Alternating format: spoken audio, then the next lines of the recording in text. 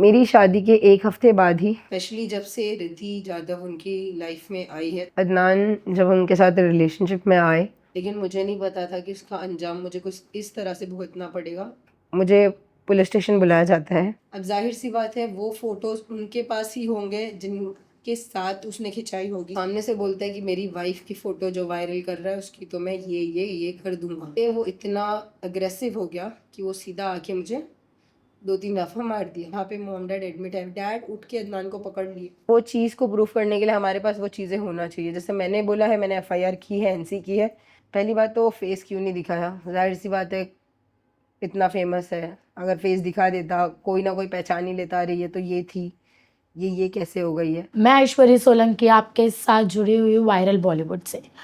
आज हमारे साथ है इफ़त, जो अदनान 07 के सिस्टर है। काफ़ी दिनों से इनके साथ में अदनान का जो भी झगड़ा था वो काफ़ी दिनों से हम देख रहे हैं, और वो कंट्रोवर्सी क्लियर करने के लिए आज हमारे साथ है इफ़त। हाय इफ़त, कैसे हो? ठीक हूँ, मैं कैसा? मस्त मस्त। आप कुछ अपने बारे में इंट्रोडक्शन देंगे?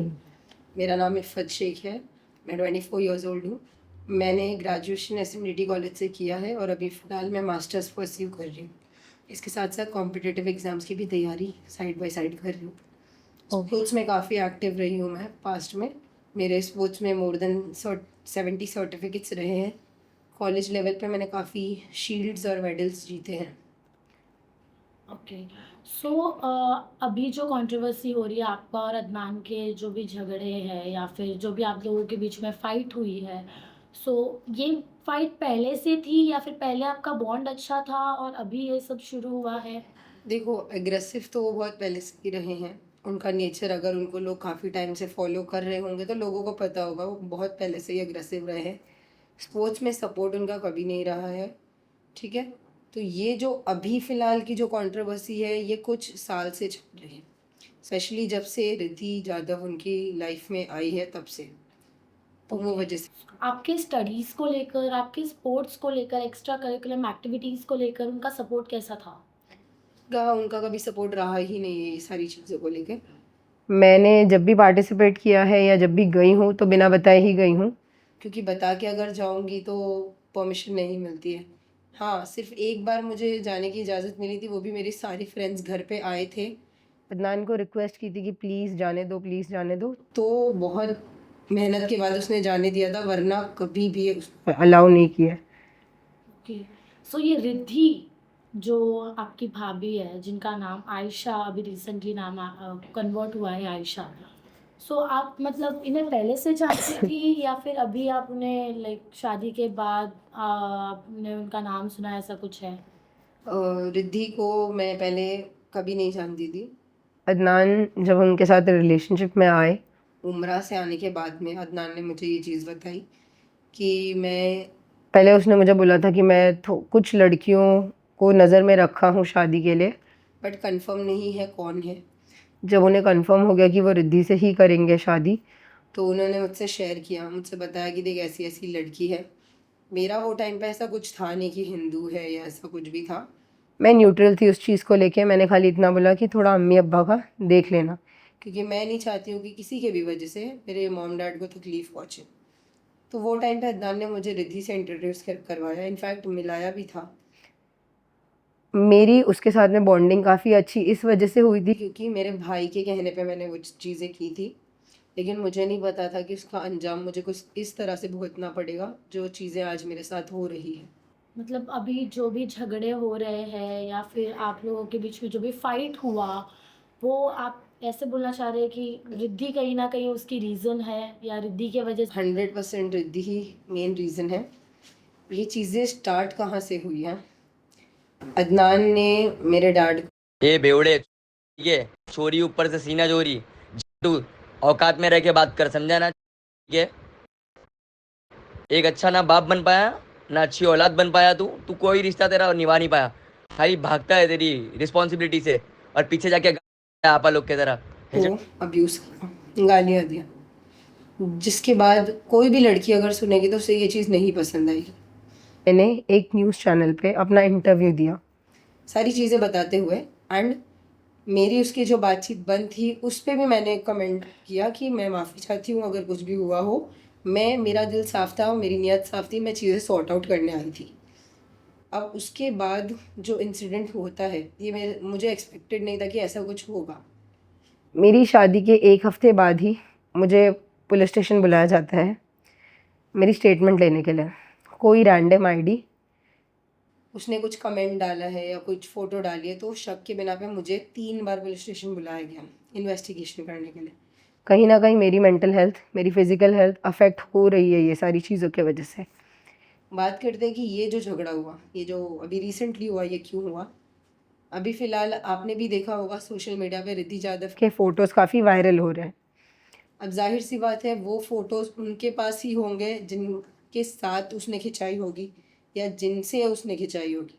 अगर ऐसी कोई फ़ोटो है जो वो मेरे साथ खिंचाई हो और मैंने डाली हो तो एक टाइम शक कर सकते हो आप, बट बिना सबूत के आप किसी को पॉइंट आउट नहीं कर सकते। तो उसकी वो जो फ़ोटोज़ वायरल हो रही है, अदनान का ये दावा है या उसकी मिसअंडरस्टैंडिंग मैं बोलूँगी ये है कि वो फ़ोटोज़ मैं वायरल करा रही हूँ। भाई मेरे पास इतना फ़ोकट टाइम नहीं है कि मैं ये सारी चीज़ों में इन्वॉल्व हूँ। लेकिन हाँ, जब मेरा इन्वॉल्वमेंट या मेरा नाम कोई गलत चीज़ में लिया जाएगा, तो वो चीज़ को गलत साबित करने के लिए जब मैं गलत करी नहीं हूँ, तो उसको मैं साबित करने के लिए ज़रूर अपफ्रंट आके बोलूँगी। अभी ये जो झगड़ा हुआ है, ये क्यों हुआ? मैं गई थी मेरे मॉम-डैड से मिलने के लिए हॉस्पिटल। पहली बात तो मुझे पता ही नहीं था कि मेरी मॉम हॉस्पिटलाइज़्ड है। मुझे ये इन्फॉर्मेशन मिली थी कि मेरे डैड हॉस्पिटलाइज़्ड है। निकाह वाले दिन, जिस दिन निकाह था अदनान का, उस दिन मेरी अम्मी गई नहीं थी निकाह में। ठीक है? मेरी नानी के फ़ोन से मुझे कॉल आता है। एक्चुअली मेरा नंबर ब्लॉक कर दिया गया था मेरी मॉम के फ़ोन से। मेरी मॉम को उतना फ़ोन चलाने आता नहीं है, ज़ाहिर-सी बात है, किसी घर वाले ने ही किया है। तो मम्मी से ये पता चलता है कि डैड की तबीयत ठीक नहीं है। उनको डॉक्टर ने एडमिट होने बोला है, लेकिन ये सब फंक्शन चालू है, ये हो जाएगा तो होंगे और हॉस्पिटल भी मुझे बता ही दी गई थी। सैटरडे वाले दिन मैं मेरे ससुर के साथ में हॉस्पिटल जाती हूँ। ये नियत से कि मैं मेरे फ़ादर को देखने जा रही हूँ। वहाँ पहुँच के मैं ये देखती हूँ कि मेरी मॉम भी एडमिट है और मेरे डैड भी एडमिट है। ठीक है? मॉम मेरी ऑक्सीजन पे है। मेरी मॉम को ऑक्सीजन लगा हुआ था और मेरे डैड का ऑपरेशन हुआ था। उनके लिवर में पानी जमा हो रहा है जो रोज़ निकाला जा रहा है 1 डेढ़ लीटर। ज़ाहिर सी बात है कोई भी बेटी जब अपने पेरेंट्स को ये कंडीशन में देखेगी तो इमोशनल होएगी। मैं मेरी मॉम को पकड़ के रो ही रही थी, बातें डिस्कस कर ही रही थी कि उतने में अदनान की एंट्री होती है। अब अदनान को बुलाया गया।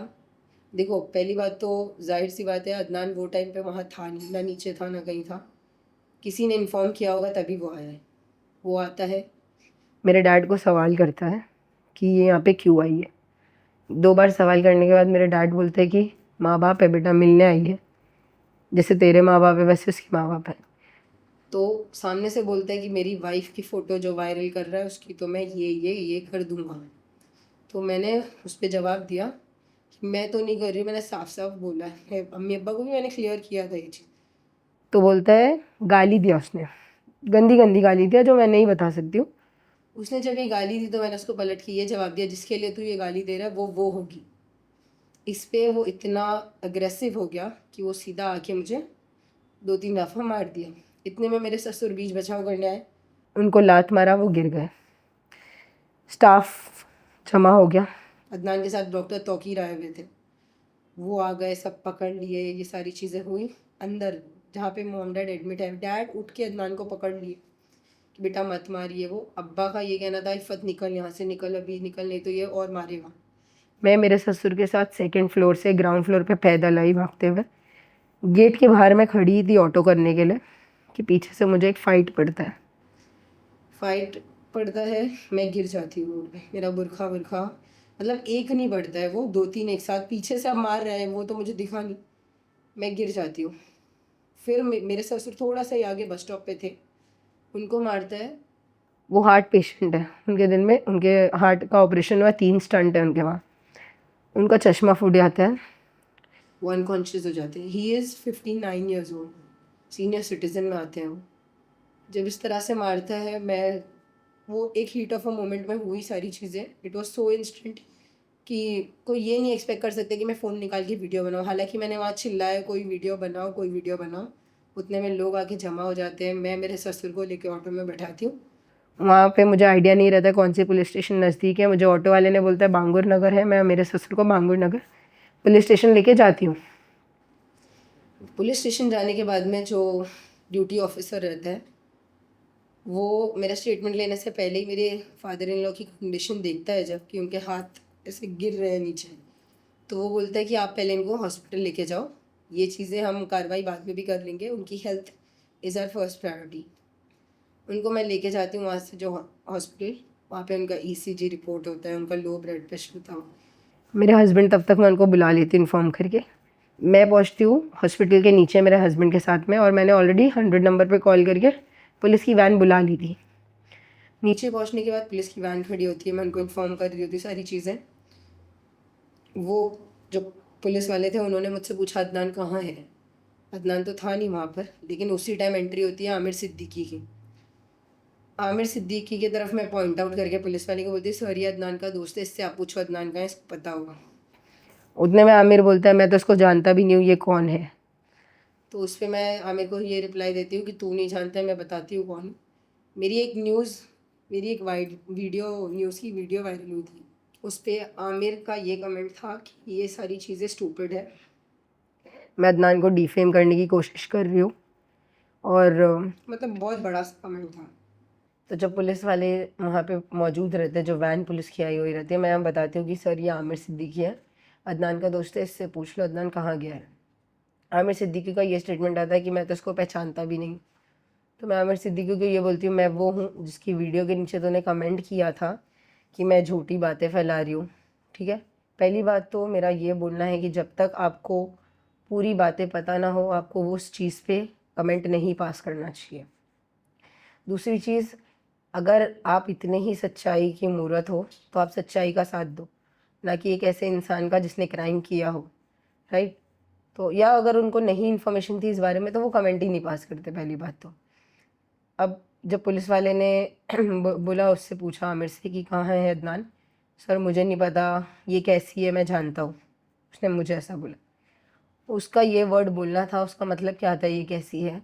उस टाइम मुझे गुस्सा आया, मैंने बोला सर ये दलाल है, ये अदनान की दलाली करने आया है, और मैंने इसका वीडियो बना के मेरे पेज पे डाला भी है, और मैं क्यों नहीं डालूँ। तुम चीज़ें जो बोल रहे हो वो कैप्चर नहीं की गई, लेकिन मैं जो चीज़ें बोली हूँ वो मैं कैप्चर करी हूँ। अगर तुमको भी था तो तुम भी कर लेते कैप्चर, सारी चीज़ें सामने आ जाती। अब ये होने के बाद में मैं पुलिस स्टेशन जाती हूँ, कुछ 11 साढ़े 11 बज जाते हैं। आमिर भी आता है पुलिस स्टेशन अपने दोस्त के साथ में। अब वो किस वजह से आता है, क्यों आता है, अकेले में ऑफिसर से क्या बात करता है, वो और वो ऑफिसर को ही बेटर पता होगी। ये सब होने के बाद में मेरी स्टेटमेंट ली जाती है। उस स्टेटमेंट पे एफआईआर नहीं होती है, एनसी होती है। ये देखो ये आमिर सिद्दीकी आया है, आमिर सिद्दीकी आया है दलाली करने अदनान की। ये देखो ये अल्टूज हॉस्पिटल है। एक एनसी दे के मुझे भेज दिया जाता है। मैंने पुलिस वाले को बोला सर एफआईआर क्यों नहीं, तो उस कांस्टेबल का ये कहना होता है कि ना ही खून निकला है, ना ही हड्डी टूटी है, और ना ही कोई वेपन यूज़ किया है।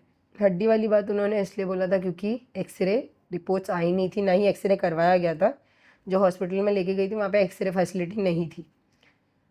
तो वहाँ से हम निकल जाते हैं 2:30 बजे। मैं तो टोटली मायूस हो चुकी थी क्योंकि इतना कुछ मैंने झेला, उसके बाद भी कोई एक्शन नहीं। एक एनसी दे के वो भेज रहे। रास्ते में हम जब आ रहे थे तो मेरे ससुर के हाथ में बहुत ज़्यादा तकलीफ़ हो गई, तो मैं उनको डायरेक्टली घर नहीं लेके गई, साइन हॉस्पिटल लेके गई। वहाँ पे मैंने उनका मेडिकल कराया और अपना मेडिकल कराया। उनके मेडिकल में निकलता है कि उनको इंजरी आई है उनके शोल्डर में, जिसकी वजह से उनको पट्टा दिया गया है। पट्टा ऑलरेडी मैंने दूसरा लगाया था, बट पट्टे में भी टाइप्स आते हैं, डॉक्टर को ज़्यादा बेटर पता होगा, ना कि जो इंस्टा चला रहे हैं कमेंट कर रहे हैं उनको। तो पट्टा चेंज करने के लिए डॉक्टर ने बोला कि वो वाला साइड वाला पट्टा नहीं, कंधे वाला पट्टा चाहिए जो पूरा पैक करे। वो चेंज किया। सुबह के बज गए 6:16 पे मैंने कुछ रात का खाना खाया है घर जाने के बाद में। अब मैं सोशल मीडिया के थ्रू एक कोई सोशल वर्कर से मिलती हूँ, उनसे बात करती हूँ, उनको सारी चीज़ें बताती हूँ। उनकी हेल्प के वजह से नेक्स्ट डे मेरी एफआईआर ले ली जाती है। एफआईआर लेने के बाद भी उस इंसान का फ़ोन बंद आता है, उसके दोस्त लोग फ़ोन नहीं उठाते हैं और मुझे कहीं ना कहीं ये फील होता है कि मुझे जस्टिस तो मिला ही नहीं। जिसने इतना बड़ा क्राइम किया वो तो फ़रार है। अब नेक्स्ट डे यानी कि कल मैं पहुंचती हूँ मंत्रालय लीडर ऑफ अपोजिशन से मिलने। उनको मैंने सारी चीज़ें बताई क्योंकि मैं गलत नहीं हूँ। अगर मैं गलत नहीं हूँ तो मुझे इंसाफ चाहिए और वो इंसाफ लेने के लिए मैं कहीं भी जाऊँगी, जहाँ मुझे एक आस दिखेगी मैं उनके पास ही जाऊँगी। और अगर मैं गलत होंगी तो मेरी बात कोई सुनेगा ही नहीं। पहली बात तो ये, उनको सारी चीज़ें बताने, अंबादास सर का उनका नाम है। उनके पास जाने के बाद उनको मैंने सारी चीज़ें बताई, सारे प्रूफ्स दिखाए। उन्होंने कॉल किया पुलिस स्टेशन में। पुलिस स्टेशन से ये पता चलता है कि उसको अरेस्ट किया गया था, सेम डे वो बेल पे छूट गया। तो यानी कि इसका मतलब ये हो रहा है कि एक क्रिमिनल जो क्राइम कर रहा है उसको तो पूरा भरोसा है कि मैं बेल दे के छूट जाऊँगा। यानी कि वो अगर एक बार कर रहा है तो वो सेकंड टाइम भी करेगा, थर्ड टाइम भी करेगा, क्योंकि उसको मालूम है कि यही है, मैं करूँगा, पैसे दूंगा, बेल कराऊँगा और निकल आऊँगा। इसमें जस्टिस कहाँ मिल रहा है? जस्टिस कहाँ है इसमें? तो ये चीज़ें होने के बाद में अब वो छूट गया है। ये होने के बाद में भी वो अपफ्रंट आके बता रहा नहीं है। जो लोग बोल रहे हैं मैं झूठ बोल रही हूँ वगैरह वगैरह, तो प्रूफ करे ना। अगर एक इंसान सच्चा होता है तो प्रूफ करता है वो चीज़। अब उसके फ़ैन पेजेस देखो, मैं एक बुज़दिल लड़की नहीं हूँ, ना ही मैं डरपोक लड़की हूँ कि मैं फ़ेक आईडी बना के चीज़ें करूँ। मैं जो करूँगी मेरी आईडी से करूँगी, बिंदास करूँगी। मैं हमेशा से ऐसी रही हूँ since my school and college time. तो इसके फ़ैन पेजेस मेरी फ़ोटोज़ डाल रहे हैं। 4-5 साल से मैं सोशल मीडिया पे हूँ, मैंने कभी मेरा फेस रिवील नहीं किया। जितने भी लोग मुझे फॉलो करते हैं सबको पता है, आज तक मैंने कभी मेरा फेस या मैंने नाचना गाना कभी किया ही नहीं है। इंस्टाग्राम पे जो लोग नाचना गाना करते हैं वो चीज़ मैंने कभी की ही नहीं है। दूसरी चीज़, मेरी फ़ोटोज़ डाली जा रही है, मेरी वो फ़ोटोज़ डाली जा रही है जो रिद्धि के साथ में मैंने खिंचाई थी। वो क्रॉप करके, रिद्धि का फेस क्रॉप करके सिर्फ मेरा फेस डाला जा रहा है और मुझ पर कई किस्म के एलिगेशंस लगाए जा रहे हैं। ये चीज़ जब मैंने कल देखी, ये सारे ही जितने हैं, जितने सारे पेड या अनपेड उनके फ़ैन पेजेस हैं। और मुझे तो ये समझ में नहीं आता कि ये लोग इतने फ्री हैं लाइफ में, इतने फोकट हैं इन लोग लाइफ में कि ना इनको पढ़ाई लिखाई से मतलब है, ना इनको अपने करियर से मतलब है, लेकिन इनको मज़ा ज़रूर आ रहा है ये कंट्रोवर्सी में एडिट करके ये सारी चीज़ें डालने का। तो ये लोग डाल रहे हैं और एलिगेशंस लगा रहे हैं मुझ पे। ये चीज़ें जब मैंने देखी तो जाहिर सी बात है, अगर कोई ऐसी फ़ोटो है जो 2 लोगों के बीच में है, आपके और सामने वाले के, आपने वो फ़ोटो डाली नहीं तो फ़ोटो गई कहाँ से? सामने वाले के पास से। तो ये चीज़ें डाली जा रही थी तो मैंने फिर मेरे सोशल मीडिया हैंडल पे वो फ़ोटो पूरी ही डाल दी। हालांकि आज तक मैंने कभी मेरा फेस डाला नहीं था, लेकिन वो इंसिडेंट पे मुझे डालना पड़ा। मैंने रिद्धि के साथ की जो मेरी फ़ोटो थी वो डाल दी। और भी मेरे पास्ट की चीज़ें भी खोला जा रहा है। अब जो मेरे पास्ट की चीज़ खोला जा रहा है उस पर साइन अदनान की है, अदनान। वो सिग्नेचर को छुपा के बाकी की चीज़ें पोस्ट की जा रही है, मेरे कैरेक्टर पे एलिगेशंस वगैरह लगा के। अब वो फ़ोटो भी मेरे और अदनान के बीच में थी, मैंने तो डाली नहीं है, कहाँ से डाली जा रही है? जाहिर सी बात है उधर से। अब ये सारी चीज़ों के बीच में मेरी मेंटल हेल्थ, फिज़िकल हेल्थ कहीं ना कहीं डिस्टर्ब हो रही है। दूसरी मोस्ट इम्पॉर्टेंट पार्ट कि मेरे मॉम डैड जो हॉस्पिटलाइज्ड हैं उन पे क्या असर पड़ रहा होगा। कि पहली बात तो गलत अदनान ने ही किया, मारा। उसके बाद में अगर माफ़ी मांग भी लेता ना, शायद मैं उसे माफ़ भी कर देती, लेकिन उसके अंदर जो पैसे और फेम का घमंड है वो भरा हुआ है। तो मैं ये बोलना चाहूँगी आपके चैनल के थ्रू कि अगर मेरे मॉम डैड को कुछ भी होता है, कुछ भी, उसके होल एंड सोल जिम्मेदार अदनान और उसकी वाइफ रिद्धि जाधव रहेंगे। सेकंड मोस्ट इम्पॉर्टेंट थिंग कि मेरे इन लॉज को अगर कुछ होता है, मेरे हस्बैंड को या मेरे ससुर को या मुझे या मेरी सिस्टर इन लॉ को, तो उसके ज़िम्मेदार भी अदनान और उसकी वाइफ रिद्धि जाधव रहेगी। क्योंकि अदनान ने मेरे हस्बैंड को वार्निंग दी थी कि यहाँ से लेके दुबई तक मेरी टच है, मेरा कोई कुछ नहीं कर पाएगा। ये अदनान के वर्ड से। और पहले भी अदनान ने मुझे बोला है कि जिसके पास पैसा है उसके पास सब है। और इसने पहले भी मेरे हस्बैंड, जब हमारी एंगेजमेंट हो चुकी थी मेरे हस्बैंड के घर के नीचे गुंडे वुंडे भेज चुका है ये सारी चीज़ें ये ऑलरेडी कर चुका है। तो मैं बस आपके चैनल के थ्रू यही बोलना चाहूँगी कि ये जितनी चीज़ें मैंने बताई है सब ट्रू है। अगर कोई बोलेगा प्रूफ करने के लिए मैं प्रूफ कर सकती हूँ। अगर आप ओपन डिबेट रखना चाहो 1-on-1 विद अदनान तो I am always open for that also, क्योंकि मुझे पता है मैं गलत हुई नहीं, मैं डरपोक और बुज़दिल हूँ नहीं कि मैं फेक आईडी से ये सारी चीज़ें कराऊँ। और अगर मेरी पास्ट आगे आ भी रहा है तो वो मेरे पेरेंट्स इन्वॉल्व थे उसमें। मैंने हलाल वे में जो भी चीज़ें हुई थी वो हलाल वे में हुई थी, ना कि हरामकारी ज़िनाखोरी और लिविंग रिलेशनशिप में मैं नहीं थी किसी के साथ भी। नहीं मुझे किसी ने डॉग गिफ्ट दिया था कि ज़िंदगी भर ये रखो मेरी याददाश्त के लिए ये तौर पे। तो ये सारी चीज़ें आपके चैनल पे मेरे बोलने का मकसद ये है कि मुझे जस्टिस चाहिए। उस जस्टिस के लिए मैं हर एक इंसान मुझे अप्रोच करेगा सच्चाई जानने के लिए, मैं हर एक इंसान के पास जाके सच्चाई बताऊंगी। मेरे अंदर जब तक हिम्मत है तब तक मैं बोलूँगी मेरे साथ गलत हुआ है। और आप ये भी सोचिए ना कि इनके कोई दोस्त इन्वॉल्व क्यों नहीं हो रहे हैं। अगर इतने ही सच्चे दोस्त हैं तो कुछ ना कुछ तो बोलना चाहिए ना, लेकिन कोई नहीं इन्वॉल्व होगा क्योंकि सबको पता है कि वो गलत है। और अगर गलत नहीं है तो साबित करो, प्रूफ करो, जैसा मैं प्रूफ कर रही हूँ, मैं चीज़ें दिखा रही हूँ। ये बोला जा रहा है फेक एफआईआर बनाने का कितना बड़ा जुर्म है पता होगा। अगर इंडियन लॉ में हम हैं, कॉन्स्टिट्यूशन हमें पता है तो कितना बड़ा जुर्म है। और पुलिस वाला कोई भी इतना बेवकूफ़ नहीं है कि कोई झूठी बात पे वो एफआईआर बना देगा। अगर ऐसा होता तो हर दूसरा इंसान एक दूसरे पे एफआईआर कराता। तो ये सारी चीज़ें हुई हैं। तो फेक एफआईआर या फेक एलसी के बारे में जो टॉपिक आया है, अदनान ने ये स्टेटमेंट दिया हुआ है कि उनके पास भी एफआईआर्स है जो उन्होंने आपके खिलाफ किए हुए हैं और आपके जो एफआईआर्स है या एलसीज है वो फेक है। सो वो आप कुछ प्रूफ दिखाना चाहेंगे या फिर वो फोटोज मैंने लाए हैं, वो मैं आपके साथ शेयर कर दूंगी, आप अपने पेज के थ्रू वो चीज़ भी डाल दीजिएगा। क्योंकि अगर हम कोई चीज़ बोल रहे हैं मुंह से या जैसे भी, तो वो चीज़ को प्रूफ करने के लिए हमारे पास वो चीज़ें होना चाहिए। जैसे मैंने बोला है मैंने एफआईआर की है, एनसी की है, तो जी हाँ मैंने एफआईआर और एनसी की कॉपी लाई है। उसने बोला है एफआईआर और एनसी की है, तो वो क्या बेस पे की है, क्यों की है, क्या है, वो तो वो ही बेटर बता सकता है। हाँ मेरे पे उसने मुझे मेरा जब स्टेटमेंट लेने के लिए बुलाया गया था तो मेरा स्टेटमेंट इस वजह से बुलाया गया था कि पुलिस वालों को उसने मेरा नाम दिया था शक के बिना पे कि इसको शक है मैं चीज़ें करा रही हूँ। मेरा पुलिस वाले के सामने भी सेम स्टेटमेंट था, आज भी सेम स्टेटमेंट है। जो भी उसकी वाइफ की फ़ोटोज़ वायरल कर रहा है या कमेंट कर रहा है वो मैं नहीं हूँ। जो भी है उसको वही सज़ा मिले जो मिलनी चाहिए, लेकिन अननेसेसरीली मुझे इसमें ड्रैग ना किया जाए तो ज़्यादा बेहतर हो। अभी ये सब चीज़ें आप क्यों अपफ्रंट पे ला रही हो या अभी ये सब चीज़ों पे आप क्यों आवाज़ उठा रही हो? आपके साथ ये चीज़ें पहले से होती आ रही है, राइट? सो ये अभी क्यों? पहले आपने इसके लिए स्टैंड क्यों नहीं लिया? अगर आपने पहले लिया होता तो आई थिंक इतना होता ही नहीं, राइट? सो आपने पहले क्यों नहीं लिया स्टैंड? पहले भी मैंने स्टैंड लिया है, मैंने ओशिवारा पुलिस स्टेशन में एनसी भी कराई है इनके नाम पे।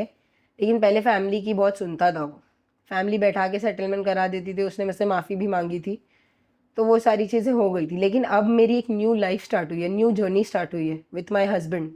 मेरी हार्डली अभी अप्रैल में मेरी शादी हुई है। मेरी न्यू लाइफ में बार बार मुझे प्रवोक किया जाएगा, मेरा नाम खींचा जाएगा, मेरे इन लॉज़ को परेशान किया जाएगा, तो this is not taken now.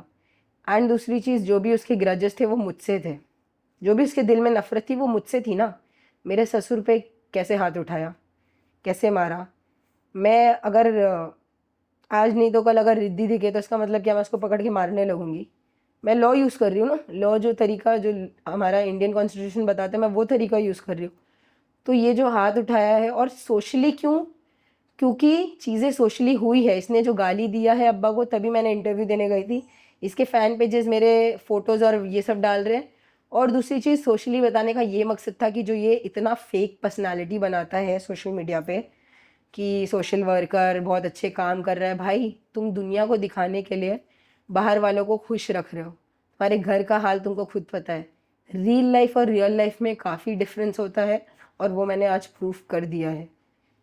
आपके डैडी का जो रिकॉर्डिंग बाहर आया है, अदनान इतना अब्यूजिव हो रहे हैं आपके डैडी के खिलाफ, बहुत हार्श स्टेटमेंट्स दिए हैं, वर्ड्स यूज़ किया है, बहुत मतलब जो एक पिता सुन ही नहीं सकता अपने बच्चे के मुंह से, वैसे वर्ड्स उन्होंने यूज़ किए हैं। फिर भी आपके डैडी को अदनान के शादी में काफ़ी खुश देखा गया। सो क्या आपके डैडी का जो बिहेवियर था वो फेक था, या फिर जो भी ऑडियोज थे वो फेक थे? देखो, ऑडियो तो फेक हो नहीं सकते, कितनी भी अच्छी एडिटिंग क्यों ना कर ले कोई, कोई एग्जैक्ट ऐसी रिकॉर्डिंग नहीं बना सकता है। पहली बात, वो हुआ क्यों, उसने गाली दी क्यों? अदनान लेके रिद्धि जादव को घर में रह रहा है। अब सोसाइटी है, सोसाइटी में लोग सवाल करते हैं कि आपके घर में लड़की है, तो मेरे डैड ने उससे सवाल किया कि क्या तूने निकाह कर, कि निकाह हो चुका है उन लोग का 1 साल से, जब साथ रह रहे तो जाहिर सी बात है निकाह हुआ है। दुबई जब जाके आए हो, दुबई में होटल्स तभी मिलते हैं जब एक हस्बैंड वाइफ हो, ऐसे कपल्स के लिए होटल्स नहीं मिलते। तो मेरे अब्बा ने जब उससे सवाल किया कि शादी हो गई है, निकाह हो गया, तो पेपर दिखा दे मुझे। बोला क्यों दिखाऊँ, आप कौन होते हो देखने वाले? उस पर थोड़ी बहस तू मैं हुई थी, जिसमें वो गाली वाली दे दिया था। तो अब्बा धरावी आके रह रहे थे, जहाँ पे हमारा खुद का घर वगैरह है। वहाँ पे आके रहने के बाद 7 अगस्त को उसका बर्थडे था। अब्बा ने उसको बर्थडे विश किया कि हैप्पी बर्थडे वगैरह वगैरह। बदले में उसने गाली दी है। वो वाली रिकॉर्डिंग मैंने अभी तक डाली नहीं है, बट मैं वो भी डालूंगी, जिसमें वो बोल रहा है अपनी विश अपनी यहाँ डाल लो, तुम्हारे जैसे वैसे वैसे, जो भी उसने बोला है वो सारी चीज़ें मैं डालूंगी। बिकॉज लोगों को लग रहा है ना फेक है, ये है वो है, उसमें उसने क्लियरली बोला है तेरे जैसा बाप, ये वर्ड्स उसने यूज़ किए। तो ये कोई दोस्त को बाप नहीं बोलेगा, बाप को ही बाप बोला जाता है। तो वो वजह से उसने गाली दी अब्बा को, जिस वजह से अब्बा काफ़ी डिप्रेस थे। डिप्रेशन में जाके उन्होंने जो भी चीज़ें की हैं, यानी कि ड्रिंक वगैरह थोड़ा बहुत किए थे, थोड़ा नहीं, आई मीन एक्सेसिव लेवल पे कर लिए थे, जिसकी वजह से उनका मतलब आज जो उनकी कंडीशन है ना, उसका टोटली मैं दोष अदनान को ही दूंगी, अदनान और उसकी वाइफ को। ना वो उनसे वैसी बात करता, ना वो धरावी आके रहते, ना वो ड्रिंक करते, ना उनका लिवर आज ख़राब होता। तो ये सारी चीज़ें हैं। बट उन्हें तो शादी में काफ़ी खुश देखा गया, तो उसका रीज़न क्या मैं है? बताती हूँ आपको। अब लोग 10 तरह की बात करेंगे।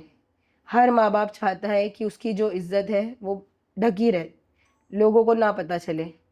अब्बा शादी के कुछ दिन पहले ही गए हैं घर, अब्बा तब तक का धरावी में ही थे। आपने जितनी भी शॉपिंग की वीडियोस देखी होंगी, या जितने, कहीं पे भी मेरे डैड का कोई इन्वॉल्वमेंट नहीं रहा है। सोशल मीडिया पे सारी चीज़ें हैं, सब लोग देख ही रहे थे। उनका वहाँ जाना इस वजह से हुआ कि अब माँ बाप मजबूर हो जाते हैं, बच्चों की खुशी में माँ बाप को कॉम्प्रोमाइज़ करना ही पड़ता है, वो चीज़। और मेरे फादर ने अपना बड़प्पन दिखाया, एक फ़ादर होने का, एक प्राउड फादर होने का फ़र्ज़ निभाया कि वो इंसान इतनी, मतलब इतनी गालियाँ सुनने के बाद भी वो इतने खुश नज़र आ रहे हैं शादी में। आप सोचो कितना दर्द छुपा के वो डांस कर रहे होंगे, या जो भी वो उनका था बिहेवियर, उनके अंदर कितने, मतलब बोलते हैं ना जो हंसते चेहरे होते हैं उनके पीछे कितना दर्द छुपा होता है। बस वही हाल था मेरे फादर का। हॉस्पिटल में भी उन्होंने मुझसे काफ़ी बातें शेयर की हैं जो अभी मैं नहीं बताना चाहूँगी, लेकिन अंदर से दोनों मेरे पेरेंट्स टूट चुके हैं, टोटली टूट चुके हैं। अदनान की शादी 1 वीक 5 डेज़ के बीच में इतना फास्ट, मतलब शादी का प्रिपरेशन ये वो, तो इसके पीछे का रीज़न क्या होगा? इसके पीछे का रीज़न, पहली बात तो फेस क्यों नहीं दिखाया, जाहिर सी बात है, इतना फेमस है, अगर फेस दिखा देता कोई ना कोई पहचान ही लेता, रही है तो ये थी, ये कैसे हो गई है। और ये इतना फास्ट प्रिपरेशन उसने कैसे किया, क्यों किया, अब ये तो वही बेटर बता पाएगा। मेरा तो कोई लेना देना उसकी कोई भी चीज़ से था नहीं, ना है अभी भी। मेरा पॉइंट तब भी यही था, आज भी यही है, मेरे साथ गलत हुआ है तो उसके लिए मैंने आवाज़ उठाई है, और मैं इंसाफ जब तक नहीं मिलेगा तब तक मेरी आवाज़ ऐसी ही उठी रहेगी। आपको शादी के बारे में कुछ भी आइडिया ही नहीं था कि अदनान की शादी है, बड़े भाई की शादी है, तो आपको कोई इनविटेशन कुछ नहीं, ऐसा कुछ आया ही नहीं? देखो, शादी उनकी तो 1 साल पहले ही हो चुकी थी, ये चीज़ मुझे रिद्धि ने पहले ही बता चुकी थी कि शादी हमने थोड़े लोगों में कर ली है पहले ही। ये जो अभी वाली शादी, मतलब जो झूठी शादी, जो दिखावा वाली शादी हुई है, इसके बारे में मुझे तो कुछ आइडिया नहीं था। लेकिन हाँ, हम सोशल मीडिया चलाते हैं तो सोशल मीडिया पे आ रहा था सामने, बट देख के हम क्या ही कर सकते हैं। ना मुझे वो टॉपिक में जाना है, ना मुझे उससे कुछ मतलब है। मैं मेरी लाइफ में अल्हम्दुलिल्लाह बहुत खुश हूँ, बहुत अच्छा कर रही हूँ, और कहीं ना कहीं लोगों को ये देखा नहीं जा रहा है। मेरी फर्स्ट मैरिज तोड़वाई गई अदनान के थ्रू, दूसरी मैरिज भी तोड़वाने की पूरी कोशिश की जा रही है, पूरी कोशिश की जा रही है, बट ये बिल्कुल नहीं होने वाला है। जितने लोग कोशिश कर रहे हैं बिंदास करें। मेरे इन लॉज, मेरे हस्बैंड, मेरी जो स्ट्रेंथ है, मेरा बैकबोन है, वो मेरे हस्बैंड है। मेरे हस्बैंड के वजह से ही आज मैं यहाँ तक आई हूँ, या जो भी मैं आवाज़ उठा रही हूँ, बैकबोन पूरा पूरा मैं क्रेडिट मेरे हस्बैंड और मेरे इन लॉज को ही देना चाहूँगी इसका। अभी जो झगड़ा हो रहा है, अभी आप लोगों के बीच में जो अनबन है, वो कहीं न कहीं आपके सेकंड मैरिज की वजह से हो रहा है, ऐसा कुछ? देखो सेकंड मैरिज पे भी मैं आती हूँ। जो मेरे हस्बैंड है शादान शेख, इन्होंने मुझे जब प्रपोज़ किए थे, इन्होंने क्लियरली बोला था कि हमारी दोनों की फैमिली राज़ी होगी तो ही हम शादी करेंगे, नहीं राज़ी होगी तो हम शादी नहीं करेंगे। क्योंकि माँ बाप का दिल दुखा के जो भी शादी करता है वो कभी खुश नहीं रह पाता है, कभी सक्सेसफुल नहीं रह पाता है। उन्होंने अपनी फैमिली में बात की, मैंने अदनान से बात की। अदनान ने पर्सनली जाके शादान से मिले हैं अंधेरी में कंट्री क्लब के पास। अदनान को लड़का अच्छा लगा। अदनान ने घर पे बात करी मेरे पेरेंट्स से। मेरे पेरेंट्स ने अगस्त 2023 में मेरी एंगेजमेंट कराई है। तो ये सारी चीज़ में ऐसा कोई बोल नहीं सकता कि ये लव है इसलिए अदनान नाराज़ है। Adnan was the one to meet my husband and finalise things. बाद में जब उसकी चीज़ें बाहर आने लगी तो उसको कहीं ना कहीं नफरत होने लगी कि अरे इसका तो सब हो गया, मेरा तो अब्बा अम्मी मान रहे नहीं है। मेरे जो हस्बैंड है वो हमारे गांव घर के हैं। तुम्हारा जो था वो इंटरकास्ट था, टोटली ऑपोजिट था। और मैं उस पर कोई कमेंट नहीं करना चाहूँगी, वो मेरे माँ बाप की मर्ज़ी थी उसकी शादी में हाँ बोलना ना बोलना। बाकी मेरी जो शादी है वो लव अरेंज ही हुई है, मेरे पेरेंट्स की रजामंदी से हुई है, अच्छी धूमधाम हॉल से हुई है, सारा अरेंजमेंट मेरे डैड ने किया है। और इस पे कोई भी उंगली नहीं उठा सकता क्योंकि मेरे मॉम डैड दोनों मौजूद हैं हॉल में, फ़ोटोज़ में मैंने सारी चीज़ें पोस्ट की है। मुझे किसी को कोई सफाई देने की ज़रूरत है भी नहीं इस पर।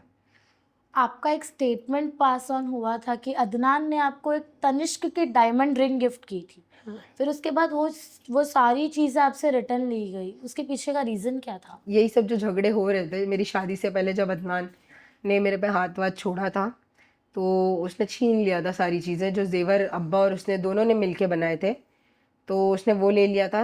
डायमंड रिंग जो 2 साल पहले दी गई थी वो भी उसने छीन ली थी। और किसी की डायमंड रिंग या किसी का गोल्ड ले लेने से मेरा कुछ कम नहीं हो जाएगा। मेरे डैड अभी भी हयात है, अल्लाह उनको और लंबी उम्र दे।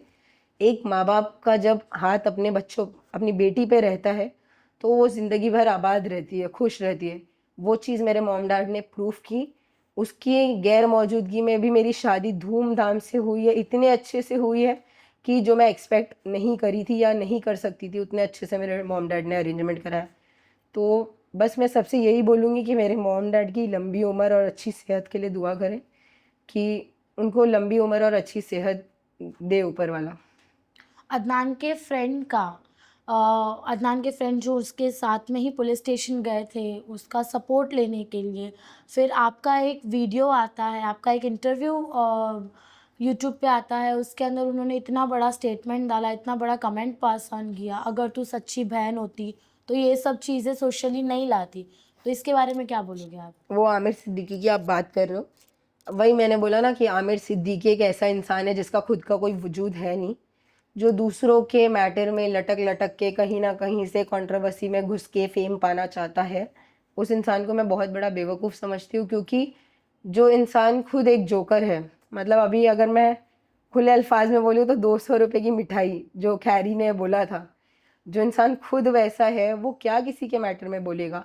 और वो जो मैंने वीडियो डाली है उसमें मैंने क्लियरली उसकी वीडियो डाली है जिसमें एक तरफ वो बोल रहा है कि हम इन्फ्लुएंसर्स हैं, हम गलत के ख़िलाफ़ आवाज़ उठाते हैं, एक तरफ उसने ये बोला है, दूसरी तरफ मैंने जब गलत के ख़िलाफ़ आवाज़ उठाई है तो उसमें नीचे आके कमेंट किया। तो ये जो इसका हिपोक्रेसी नेचर है वो मैंने प्रूव कर दिया है।